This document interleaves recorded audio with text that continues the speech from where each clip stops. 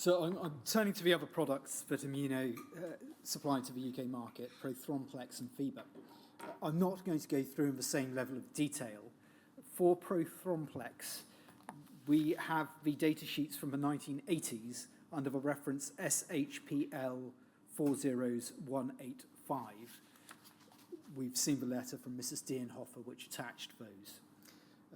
People can look at them and see how the warnings changed during the period. I'm just going to point out a couple of matters to you from those. The first is, if we could have on the screen, please, ABPI 5036.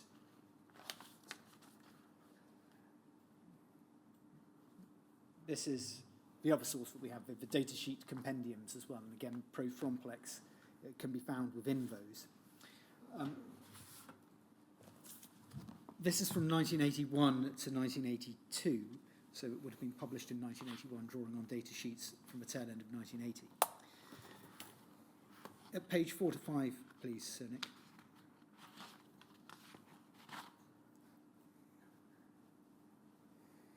We can see, I'm afraid, slightly twisted over, but this is for the original form of Prothromplex, the non-heat treated form.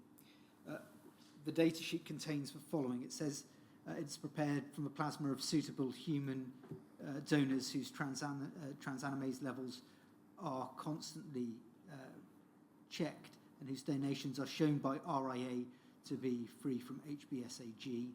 Pooled plasma and the final product are tested by RIA for freedom from HBsAg. Prothromplex is also tested to discount the likelihood of, I think it's a disseminated intravascular coagulation, which is a form of complication concerning clotting. So we can see there that the RIA tests are for both donations and for the final product. The other point that I would like to draw your attention to from this sheet is at the very bottom of page 477. This is in the contraindications and warnings. 2, despite the precautions taken in the checking of donors, going over to the next page, please, Sir Nick. Donations and the final product. No, we're still not there. So, there we are. Donations, donors, and the final product. The transmission of hepatitis cannot be entirely excluded following the administration of coagulation factors.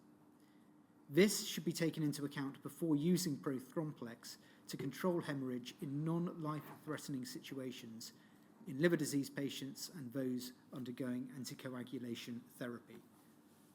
So that final sentence is one that was not present in the data sheets for cryobuline, but has been included in this data sheet for Prothromplex, dating from circa 1980 to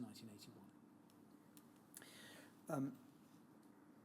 The other data sheets from the 1980s for the unheat-treated Prothromplex do not contain any references to HDLV3, HIV, etc., etc.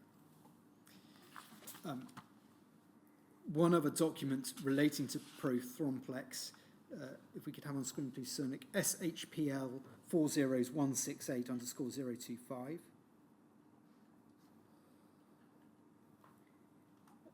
This is a draft product label dating from 1984. You can see there the date is 29th of November 1984. If we could go, please, to page 8.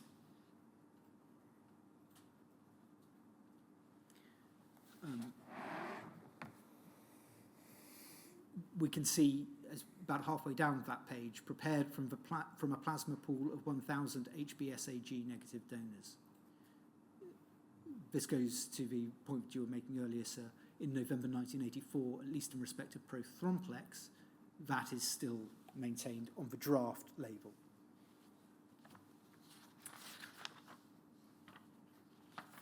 Thank you, Sir Nick. There are, as well as the leaflets for the unheat-treated products, the same reference that I gave earlier contains leaflets for the heat-treated and the steam or vapour heat-treated product as well. I won't go through those now, sir. I turn then to Phoeba. If we could have on screen, please, Cernic CBLA 308057.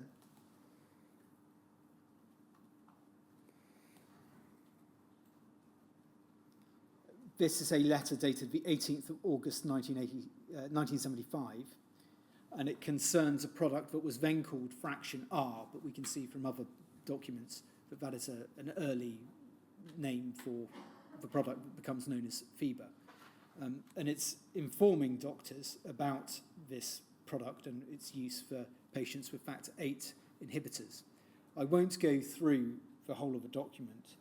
It is enough to say that there is no reference in it to any risk of hepatitis. We can see on the next page, please, Cernic. There's a section headed Warning, which refers to the risk of the clotting disorder that I mentioned earlier, DIC, and gives advice about how to minimize that risk. But if we could expand again, please. There is a reference to side effects, which refers to allergic and anaphylactic reactions, but no reference to hepatitis risk from this product.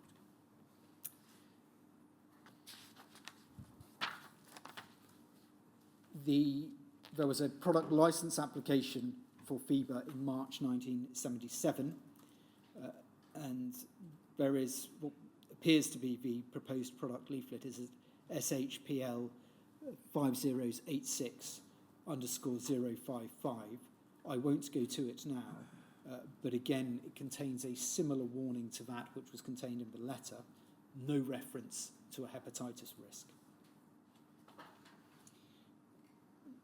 A further reference, SHPL 5086_028, to another section of the application which deals with contraindications, precautions, and warnings. Again, no reference to a hepatitis risk. That application, as we heard yesterday, was unsuccessful, so we don't know what form the data sheet took when the product was provided on an unlicensed basis. A new application for a UK license was made on the 25th of September 1981. If we could have on screen, please, Cernic SHPL 5091_007.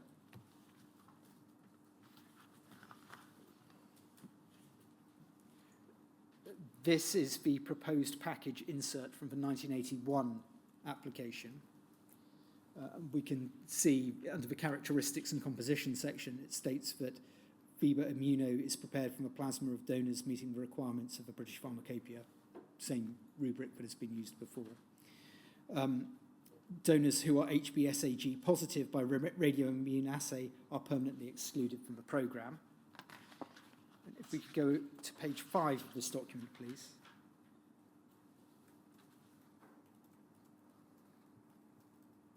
Sorry, page 4 first, just so that we can see the subheading, side effects, and then on to page 5.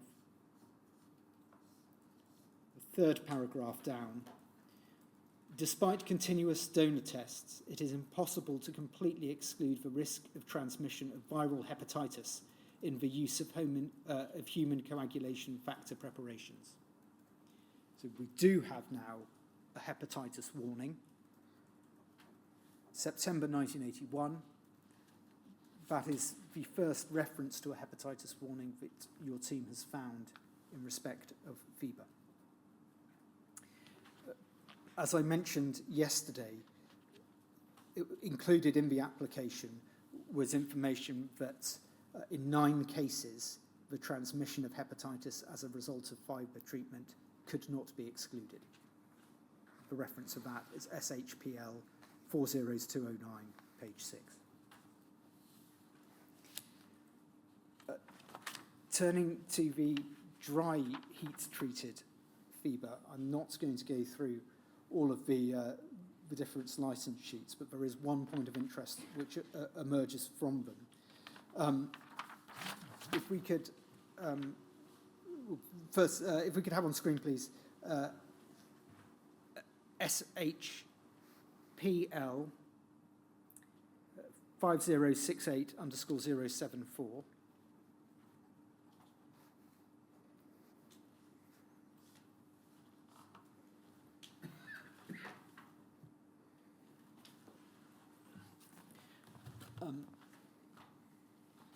We can see dated 29th of November 1984, and this is an application for an amendment of a fever license to allow for a heat-treated product.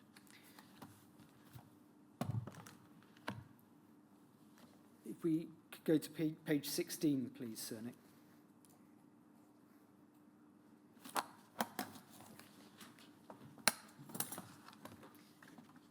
There's a particular form of words used here. To decrease the potential risk of transmission of viral hepatitis and other viral infections, the following steps are taken. Donor and plasma selection. All donations and pools of plasma used in the manufacture of Fever Immunotim-4 and the final product were tested for HBsAg antigen by radioimmunoassay and found non-reactive. 2. Thermoinactivation by method TIM-4. Fiber Immuno is subjected to a model virus-controlled product-specific thermoinactivation. Tests on Fever Immunotim-4 also include the absence of pyrogens, sterility, and innocuity. So that is what is said, and it's for reference to viral hepatitis in that first line, to decrease the potential risk of transmission of viral hepatitis and other viral infections that is of interest here. If we go, please, to SHPL 5067056.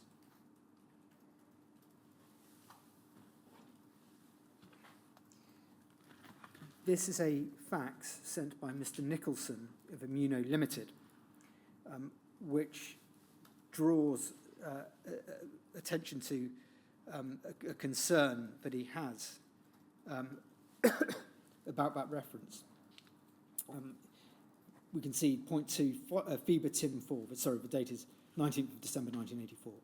Fever TIM-4, we think it would be preferable to have a UK-only neutral English pack insert with the claim for reduction in hepatitis transmission deleted.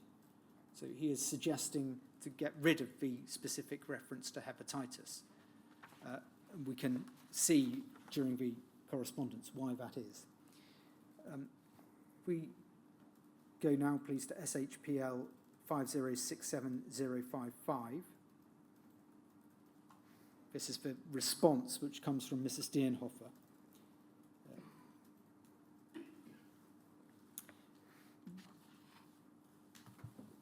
Mrs. Deenhofer says, we have again discussed the issue of printing a UK-only neutral English pack insert and think that the possibility of claims that may be made by one or the other doctor would not justify the additional costs arising from the printing of two different neutral English pack inserts.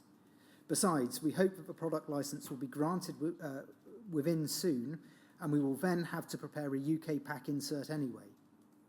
Since we are free to use any pack insert, as long as the product is only sold on a doctor-named patient basis, we would prefer to use our standard neutral English pack insert for the time being.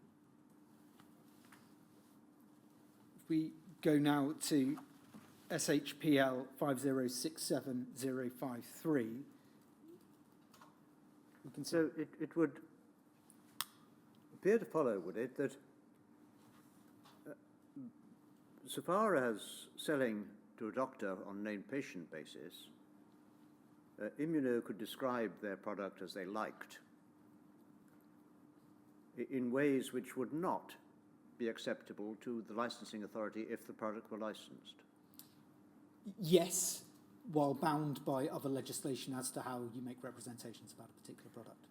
Yes, so the question would then be, to what extent would there be other controls over the description applied?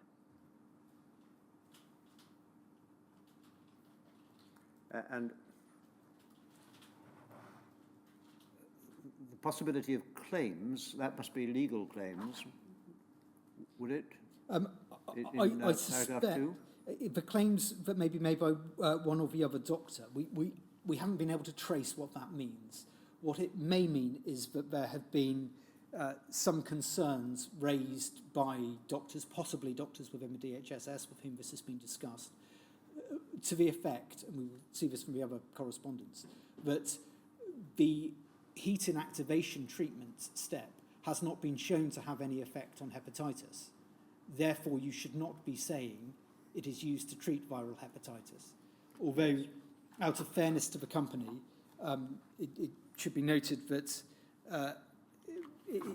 what the warning said was that in order to reduce viral hepatitis and other viruses, the following steps are taken. One is the testing. I follow. And the other is the heat treatment.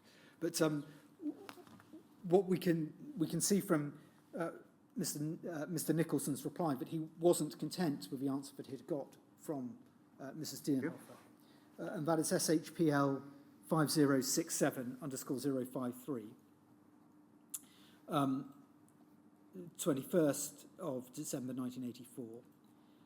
What he says in the second paragraph is this: in principle, our view is the same.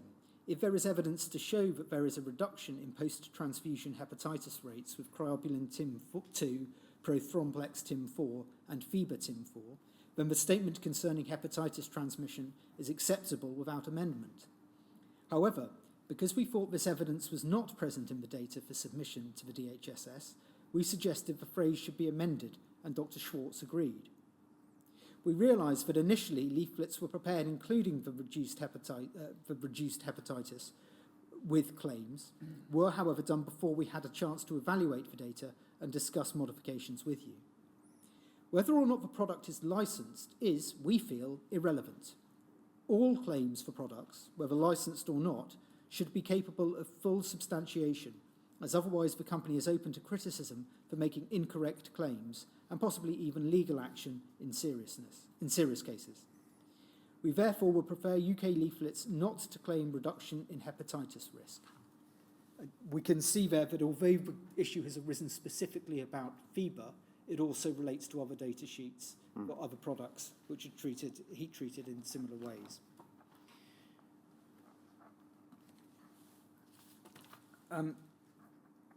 SHPL 5067052, please, Sir Nick. This is a fax to Mr. Nicholson from Mrs. Deenhofer, responding to his fax of the 21st of December, and this one is the 17th of January. Mrs. Deenhofer says, we have reconsidered your above telex. I want to stress that Dr. Schwartz has agreed to your request to delete the reference to the reduction of the hepatitis risk in the leaflets for heat-treated cryobuline, prothromblex, and FEBA in order not to complicate the licensing of these products.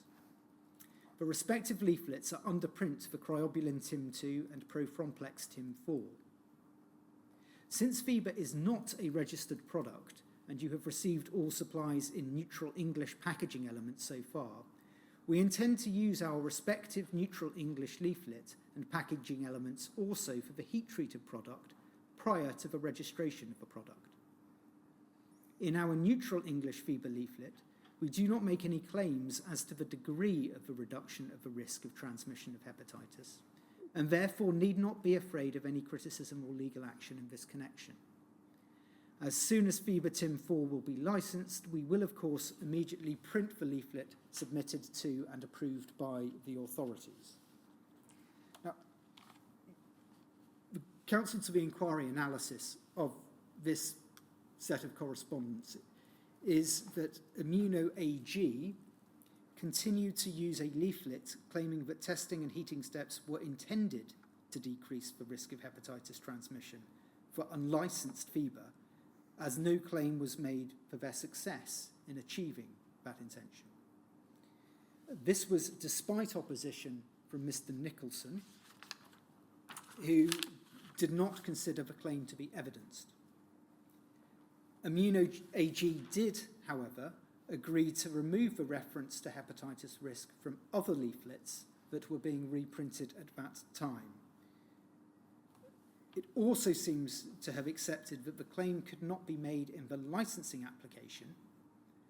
Once the product was licensed, the reference to the reduction of hepatitis risk was removed from the FEBA leaflet, which instead referred to efforts made to reduce the risk of transmission of infectious agents. So the word hepatitis is removed. And the reference to that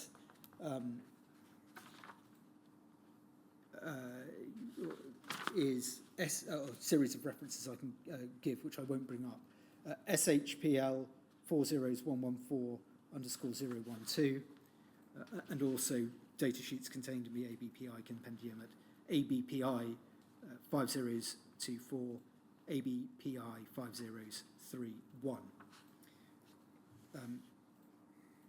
One further reference as well as SHPL 5067_051, which shows that the new cryobuline TIM2 leaflet that was sent to Mr. Nicholson on the 22nd of January 1985, so the one that was being reprinted at the time of the correspondence, refers to, and I quote, decrease the potential risk of transmission of viral infections.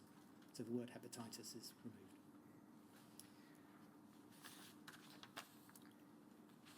removed. I won't take you to any of the leaflets for the steam or vapor-treated fibre. I will provide two references for the transcripts so that the documents can be identified for those who wish to see them. SHPL 40106_150 and SHPL 40490_005. That concludes all I intend to say on the topic of communication of risk for immunoproducts. There are a couple of sweep-up points, as it were, on donors and on communications to others that I will now turn to.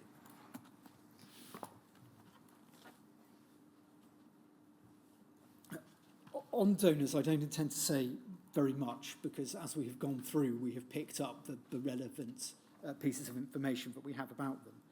We have discussed the inclusion of the reference to the pool size of 1,000 donors on various product labels, and indeed in the initial application, Dr. Thomas, in his report that we discussed yesterday, referred to the pool size being 1,000 donors between the ages of 18 and 65 with plasmapheresis centres in Austria and Germany. As we have seen, the reference to 1,000 donors disappears from the labels, and that may indicate that that is no longer an accurate statement to be made about the pool size. But the document to which I referred earlier, obliquely, is at PRSE 303071, please, Cernic, which may point the other way.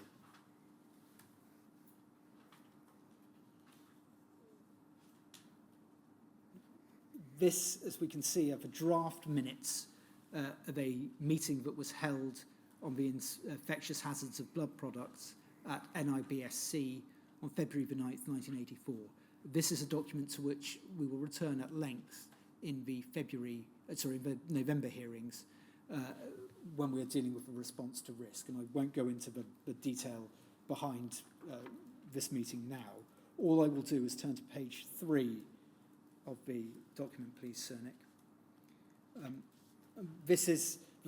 Those at this meeting included US officials, UK officials, and representatives of fractionators.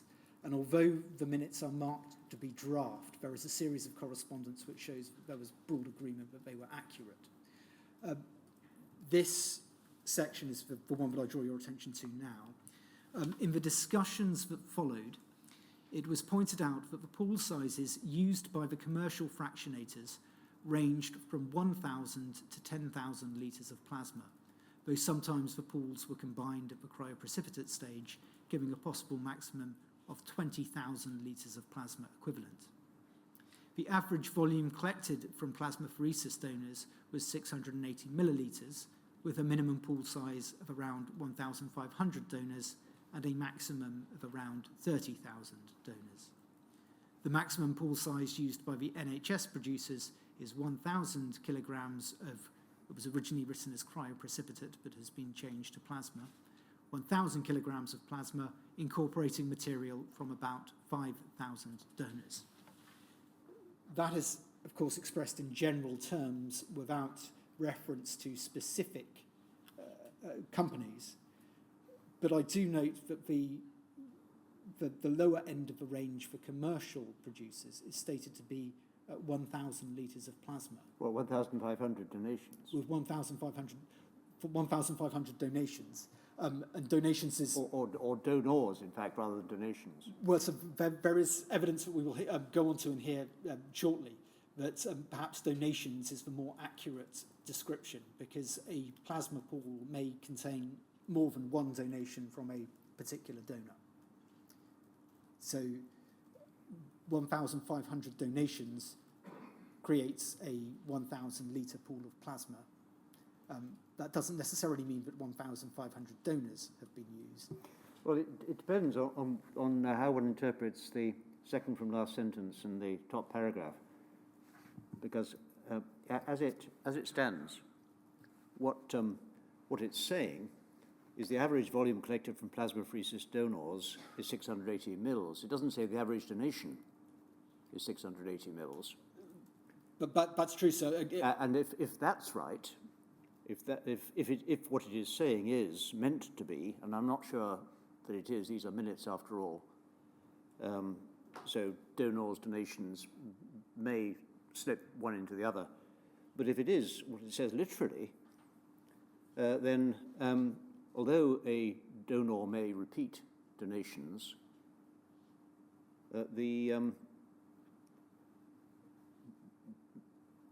if the average per donor is 680 mils, then minimum pool size of 1,500 donors would follow from 1,000 litres.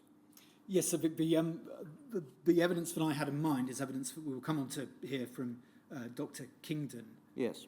And it is his point that, as a general principle, the fact that a pool contains 1,500 donations doesn't mean that they necessarily came from 1,500 individual donors. But this is a different document which is saying something different. Whether or not, how precise the wording was intended to be in these minutes, as you say, so is unclear. I mean, if one is taking this literally, then it would follow. 680 mils is actually it's over a pint, isn't it? I'll defer to you on that. Well, I think you'll find a litre is 1.8 pints. So 500 mils is 0.9 of a pint. 550, therefore, is about a pint. So this is more than a pint. It's just an awful lot of plasma. Yes, sir. And if one thinks of the usual blood donation as being a pint of blood, in our measurements, then half of that, roughly 55% of it, is going to be plasma. So it's not inconceivable that it was talking about donors rather than donations, but we just don't know really, do we?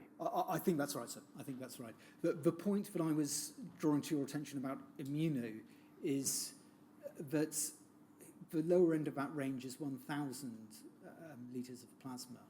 And although that would require more than 1,000 donations, it may be that figure relates to Immuno. I have to say I don't know of any other commercial company that was running pools of 1,000 litres at that time. Yeah. But again, we have what we have from the minutes, and that is an inference, and it may be right and it may be wrong.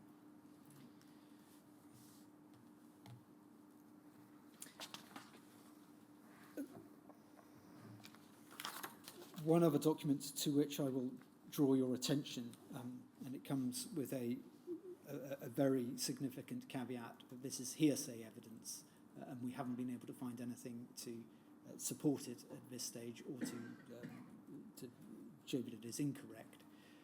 But with that caveat, could we have on screen, please, PJON 5055_001.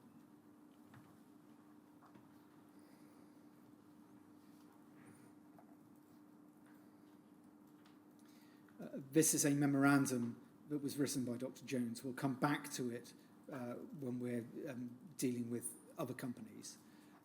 It is about a meeting that he had with Robert Taub and Wolfgang Marger, who are with the Revlon Healthcare Group and have recently taken over Armour.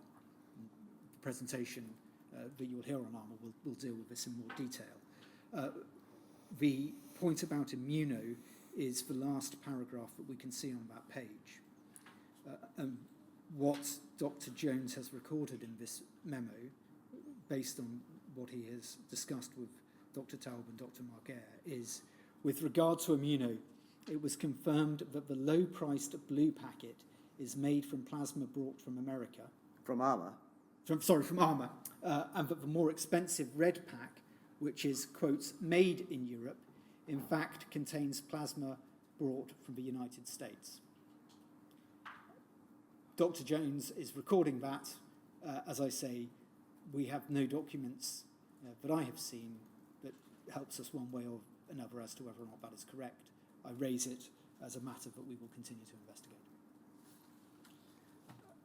Thank you. If we could take... And who is confirming it? My reading of the memorandum is that Dr. Jones has, or the topic has been raised between Dr. Jones and Dr. Taub and Dr. Marguerre, and it is either Dr. Taub or Dr. Marguerre or a combination of the two of them who have confirmed that position. Just give me a moment.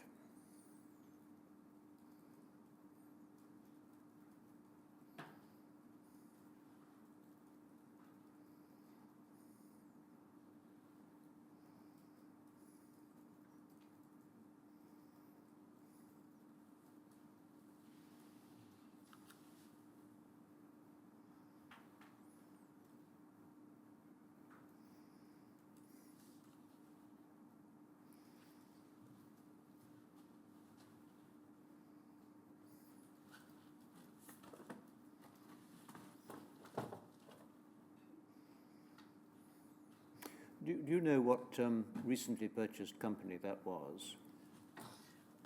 My understanding, so and it's something that will be explored more next week, is that this is Revlon had recently acquired Armour.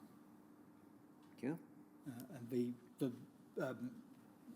the memorandum goes on to describe Dr. Taub and Dr. Marguerre's views and plans, and their ideas for Dr. Jones's involvement. So this amounts to Dr. Jones reporting a conversation.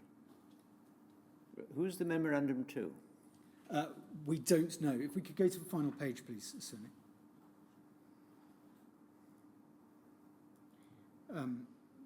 There is nothing there. One possibility is that it was an internal memorandum that Dr. Jones wrote for his own benefit to record the conversation. But we, at present, I can't assist as to why, as to who this was shared with, if anyone. Let's go back to Page 1, please. Sorry. Page 1. It's unlikely to be a memo to himself, given the expression strictly confidential. I don't know, sir. It may be that he marked the document in that way to ensure that anybody who saw it realised that it was strictly confidential, but we simply don't know at present to whom this was or the intended audience of any of this memorandum. Yes, the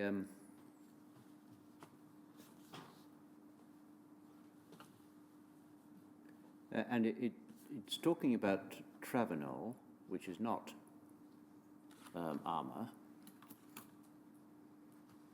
knocking or suggesting that their supplies come from Belize, that must be, and Lesotho.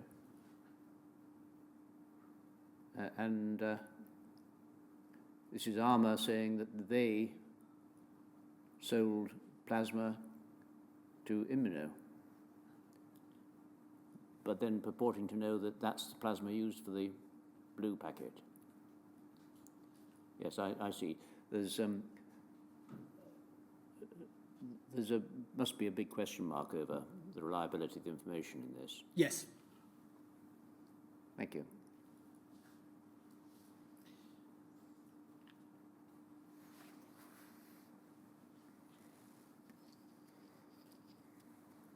I'm going to briefly refer to some of the other communications and contacts that Immuno and representatives of Immuno had with individuals and institutions within the UK. This is certainly not intended to be comprehensive, but there are a couple of documents which may assist you in understanding some of the issues. One that I will begin with is an example of how adverse events were reported involving Immuno. We could have MHRA, please, 003332_001.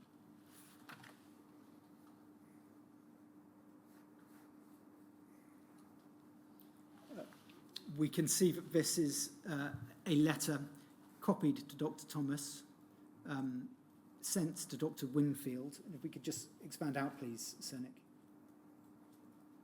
We can see that it is sent by the Managing Director of Serological Products, that's Mr. Berry at this time, 2nd of October 1974.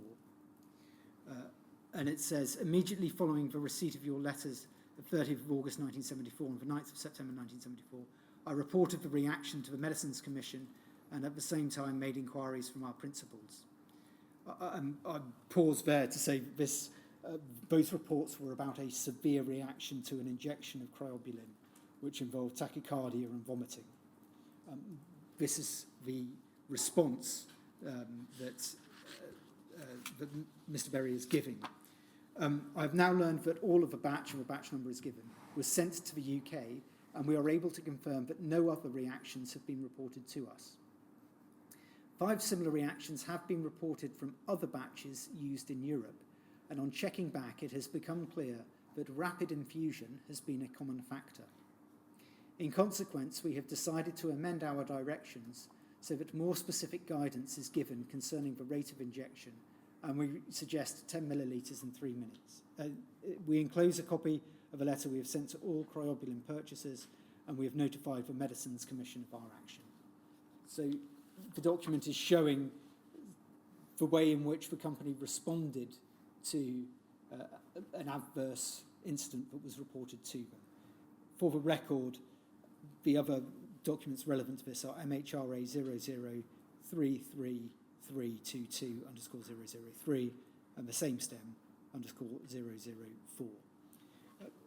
There are various other documents which also show the company responding to adverse reactions. I don't think I need to take you to them.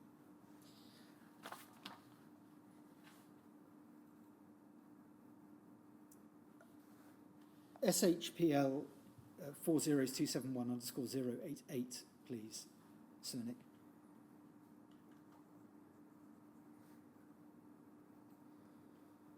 This is a letter dated the 15th of September 1975. We can see from the initials it was sent by Mr. Berry, and it was sent to Dr. Andrews at the Department of Health and Social Security Medicines Division.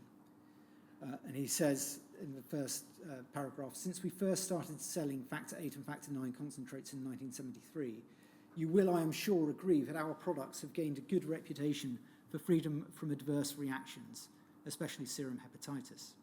This view is supported by the greatly increased demand. This good track record has undoubtedly been due to the use of donors from low incidence areas and the checking of their individual donations, pooled plasma, and final product for absence of Australian antigen. I won't go through the rest of the letter, sir, but you can see the point that is being made there by Mr. Berry in September 1975.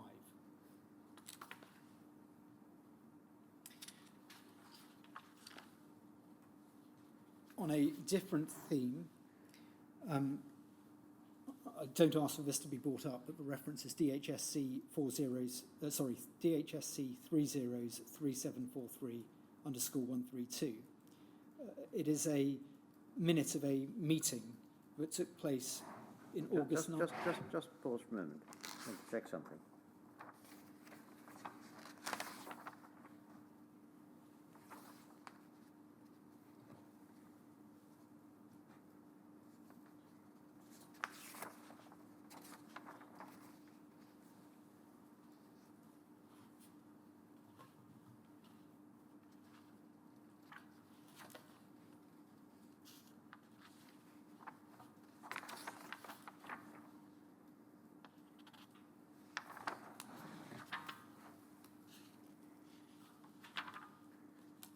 Can you just remind me of the date that you used earlier for the discussion which arose, the confusion that arose with Dr. Dain in respect of the use of the CEP test and the RIA test?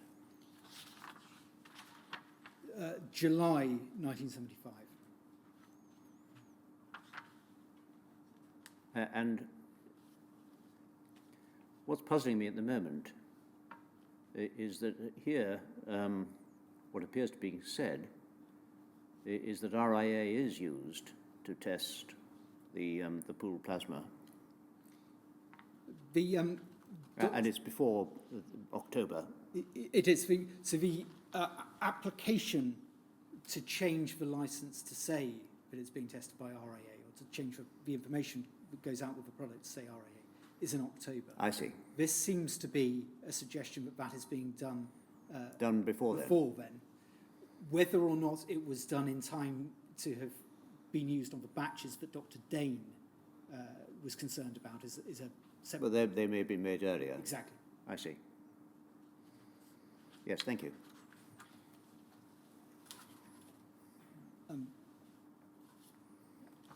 This is 1975, obviously, when the reference made to the areas of donor selection, the importance of donor selection, is before the application was made to start using American plasma. August 1979, the document to which I referred a moment ago, Mr. Berry met with Mr. Harley of the DHSS, and the document shows that there was a suggestion from Mr. Berry that Immuno were considering the possibility of investing in both a plasmapheresis centre, or centres, for paid donors and a fractionation plant in the United Kingdom. The company was also prepared to process plasma obtained from NHS voluntary donors. Mr. Harley said that he would take account of this proposal when preparing a forthcoming paper for ministers. The document also records that Immuno offered him a trip to Vienna at their expense to see how things were done there. And Mr. Harley recorded that he merely noted this offer in his minute. And he included the account of that offer in the minute that was circulated to all of his colleagues. And you will recognise, sir, that this is in the period of time when there was consideration being given to the possibility of private involvement in fractionation of the United Kingdom. Ultimately, that came to nothing.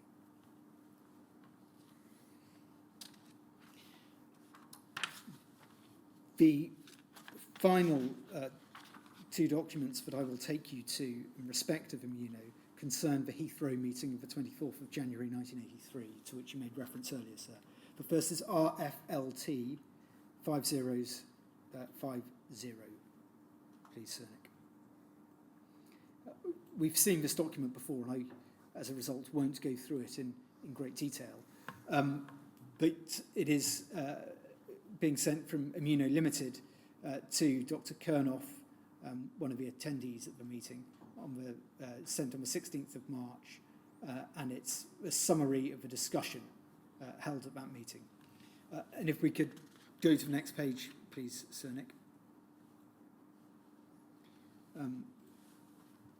We can see that it's Professor Bloom in the chair, and the meeting begins with Mr. Berry welcoming all present, so Immuno Limited welcoming all present, and then Dr. Eibel explaining two methods of viral inactivation that were being studied, and it goes on to give some detail about those methods.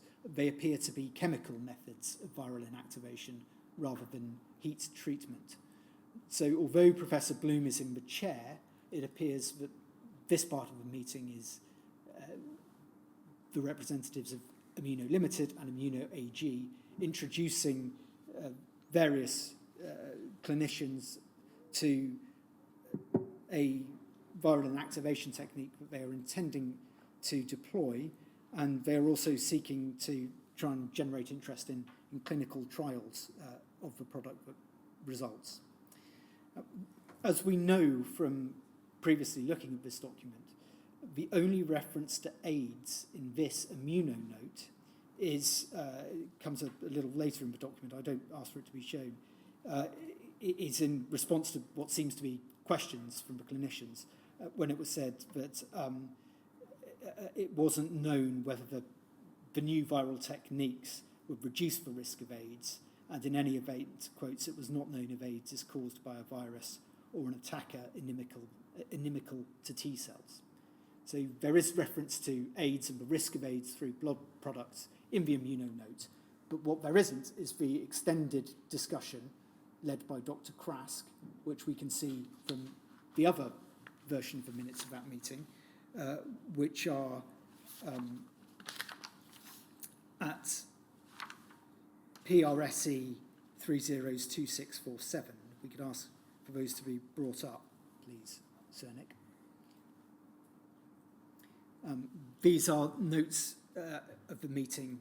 You can see topic, hepatitis reduced factor 8 and factor 9 concentrates for haemophilia therapy. So that seems to be the reason that the meeting was called. We then have an account of what Dr. Eibel said about their new viral inactivation techniques. If we could expand that page, please, Cernick. Then we go over to the next page, please. Quite a lot of technical detail given about the inactivation techniques. Then a discussion of clinical trials design. Then over to the next page as well, please, Cernick. And then we have a new heading, which is acquired immunodeficiency syndrome. The first line of the note says, this was discussed in the after lunch period. And Dr. Krask summarised the current position. I won't go through it, we've looked at this document before. Now, one possibility is that the meeting was convened by Immuno Limited and Immuno AG in order to discuss with the clinicians their new viral inactivation techniques and to, as I say, try to get interest in a clinical trial. That presentation, as it were, took place in the morning. Then there was lunch, and then after lunch, AIDS was discussed, and the discussion was led by Dr. Krask. It is notable that there is no reference in the Immuno note to Dr. Krask's discussion. It is also notable that in Dr. Krask's discussion, there is no evidence of any participation specifically by Dr. Eibel or anything reflecting Immuno's position on AIDS, as it were. So the possibility is that following the presentation in the morning, the Immuno representatives either left or took on a purely observing position. The clinicians took advantage of the fact that they were all there to then have their own discussion about AIDS. That is an inference from the documents. Other inferences can also be drawn. One other point about the January meeting, this came up in Dr. Wolford's evidence in July. There is a DHSS minute dated 31st of December 1982. And so perhaps if we can have this on screen, please. It's DHSC 302223, so that's 323, _065.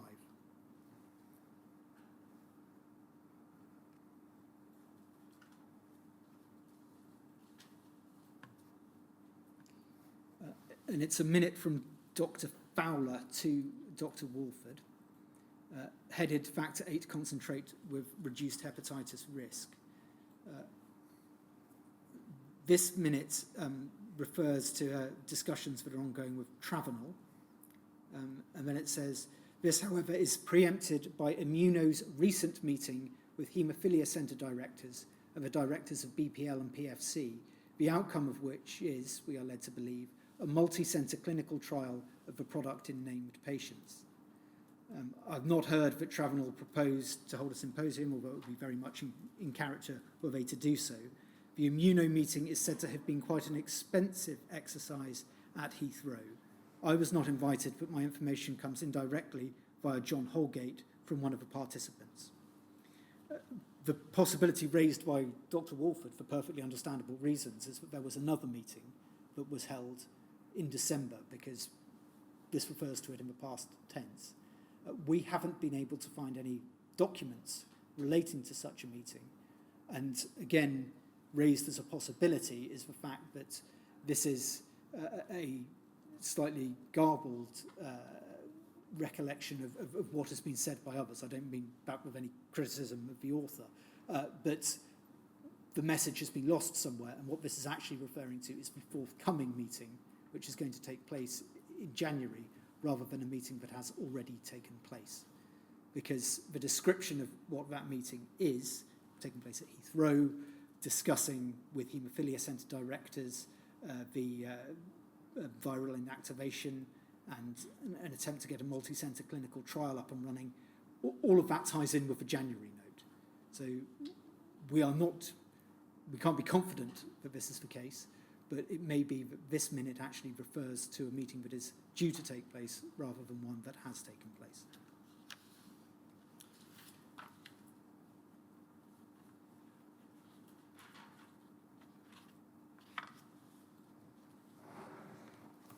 The product that was discussed at the Heathrow meeting, the chemically inactivated product, is one that may have been raised elsewhere.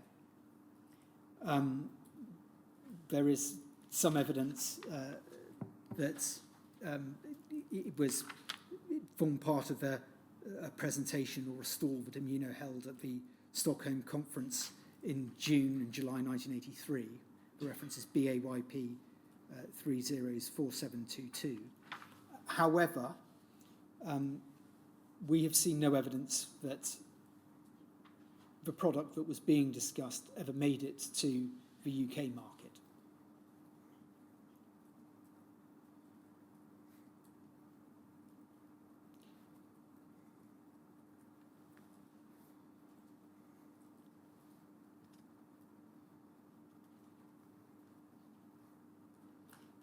A further reference that I will put on the transcript is BPLL 301351_119. I don't ask for this to be put up, but it's a letter on the 20th of June 1983 from Mr. Berry to Professor Bloom, providing an update on what he described as the virus inactivated concentrates that were discussed at the Heathrow meeting. He said that the testing procedures were prolonged, and that while Immuno were continuing to pursue the ideas, they were being designated as Generation 2 inactivated products, to use the terminology that Mr. Berry used. And he added that Immuno were also working on first generation heat-treated product, where progress was more rapid. So it appears that what was being discussed at Heathrow in January goes onto the back burner, as it were, and that heat treatment becomes the preferred initial method of viral inactivation. But the chemical method is designated as a Generation 2 procedure.